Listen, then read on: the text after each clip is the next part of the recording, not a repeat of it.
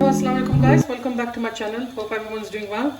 As you know, it's the last stage of the Ramadan, alhamdulillah, and so I thought Eid is coming up and I'll share a quick and easy halwa puri recipe with you, and plus I make chole with them as well.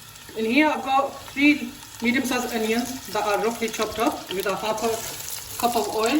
I'm just going to saute these. I'm not going to cook them too much. I don't want them to get them brown. I'm going to cook them like this, and then we're going to blend this together. Guys, I'm going to add some garlic and ginger to this now. There's about 10 to 12 cloves of garlic and 2 inches of ginger. So I'm just going to put that in. It's all roughly cut, as you see. I'm just going to put the gas to a medium, and I'm going to saute this for another couple of minutes now, and then we'll add the other ingredients. I'm also going to add 3 tomatoes that are roughly chopped and 3 green chillies. That goes in there as well.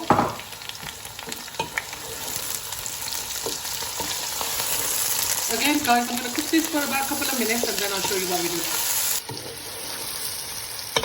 Guys, I'm going to add about a teaspoon of whole cumin seeds in there now, just for flavour. I'm going to cook this down until the tomatoes are nice and soft, and then we'll blend this together. I'll switch the gas off now because the tomatoes are nice and soft. I'm going to let it cool down for 5 minutes, and then I'm going to blend all of that in this little blender. You could use any blender you have. So I'm going to make it into a nice and smooth paste. Then I'll show you what we do next. Guys, I'm still using the pan I used before. There was some oil left in there, but I've added another couple of tablespoons of oil in it. And I'm going to add the masala, a blitz up. There you go. And add all that in there.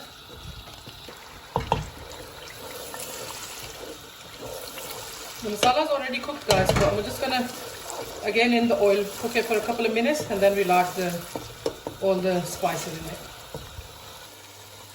I'm going to add 1.5 teaspoons of salt, 1.5 teaspoons of chilli powder, and 1 teaspoon of turmeric powder. Guys, I'm making a big batch. You can have the quantity as you like. 1 teaspoon of zira powder, 1 teaspoon of coriander powder.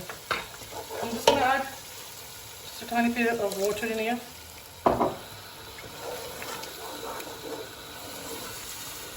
I'm going to cook these masalas down for about 5 minutes, and then I'll show you what we do next. I'm adding 3 tins of chickpeas in there. Just give it a good mix. I'm also going to add this curried chickpeas. If you haven't got these, or you can't get these, you can just use the other normal ones. It just gives it extra taste to the chickpeas. Give it a good mix. Also, I'm going to add 2 boiled potatoes that I've peeled and boiled, and I've just mashed them with a fork lightly. I'm just going to add that in there as well. It just gives the chickpeas a nice consistency to add them. So that's all mixed up now. I'm going to add 2 glasses of water into this now, and then I'm going to let this cook for about 10 to 15 minutes, then I'll show you.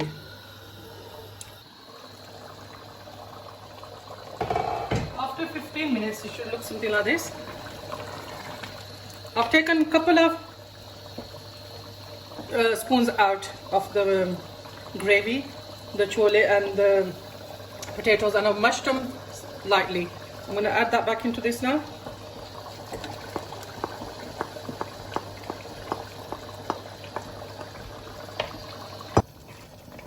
I'm just going to give it a good stir now. As you can see how nice and thick it's become just by mashing a few of the chickpeas and the potatoes. I'm also going to add 1 teaspoon of garam masala to this, and that's it. I'm going to switch this off, and I'll show you how we make the puris to the. I've also made the halwa to go with the puri and chole. It's already on my channel, and I'll just put a link in and you can have a look. Guys, here I've got 5 cups of flour, and I'll put 2 teaspoons of salt in here. I'm just going to give it a mix. You can halve this amount. I'm just making a large batch, so I'm just going to give that a mix. And here I'm going to add 1 heaped tablespoon of just plain yogurt. Just gonna give that a mix as well. Just work all the yogurt into the flour.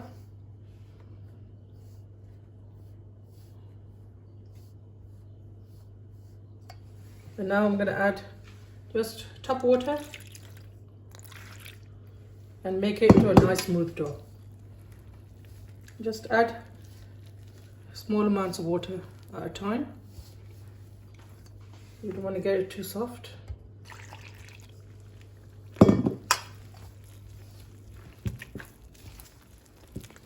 It's a very simple and easy recipe, guys. People are scared to make halwa puri, but it's really simple.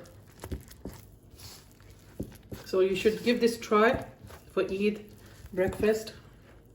Your family would really enjoy it. We've always had halwa puri at my mom's house for breakfast on Eid day. So continue the tradition. Just gonna add some more water. I'm gonna make this into a smooth dough, guys, then I'll show you how it looks. Guys, I've got this at this stage now. I'm just gonna add a tiny bit of oil to this, then it's easier to knead. I'm just gonna get some oil on my hand, about a teaspoon of oil. Just put it all around. And that's it now. I'm gonna work this for about 5 minutes until it's nice and smooth. As you can see, there's dry flour inside, there's bubbles there, so you need to work all that out so it's nice and smooth. It's nice and smooth. I'm gonna take this out of this bowl and put it into this little bowl. I'm gonna put cling film on this and I'm gonna let it rest for a half an hour, and then we'll make the puri. Guys, I've made some peras or dough balls. I'll put oil underneath on the tray, and I've got a bowl of oil here. I'll just dip my hands. I'll show you how to make a pera. So I'm not gonna use dry flour, just like a normal roti pera or dough ball. You just make it and then just put it in the tray with the oil in. These have been resting now, so I'm gonna show you how to make the puri. I'm just gonna put oil on this chopping board, and you just take a dough ball or pera and just with your hands start spreading it. As you can see, it's so easy to spread because it's been resting. Usually plain flour is a bit stretchy, so just need to let it rest. So with your hands just work it, just turn it around and then work it again, just make it bigger. Doesn't have to be round, so don't worry about that. Just try to get the edges to go thin as well. Yes, that looks perfect now. Here I've got oil heating. You're gonna make sure the oil is really hot, and then we're gonna put the puri in, because if the oil is cold, the puri is gonna go hard. So just gonna let this get to a good temperature, and then I'll show you. And just like a chapati, just give it a couple of slaps and then just put it in the hot oil. As you can see, just hold it one side, and there it goes. Press it down with a spatula. The oil is nice and hot now. I'm just going to cook it on one side and turn it over. Okay, all the way through.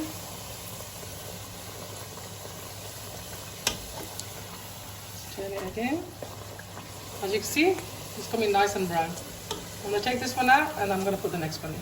Guys, if you find it difficult to do it the first way I done, you could use some plain flour and just make the peras as this, like chapati pera you would do, and then just make a few and let them rest as well, exactly like the ones we made before, because plain flour is quite stretchy and it just takes time to roll it out then. So I'm gonna make about 3-4 dough balls. So these have rested for about 5 minutes, and I'm gonna make the puris now.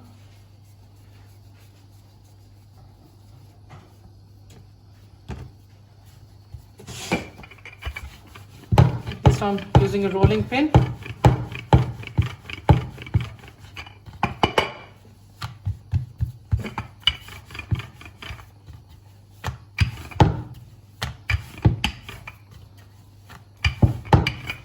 And then with your hands. It's much easier when you have dry flour on it than the oil, so just try it with this way if you find it easier. And same again, just pop it in the oil. Oil's nice and hot. Press it in. See how it's bubbling up nicely.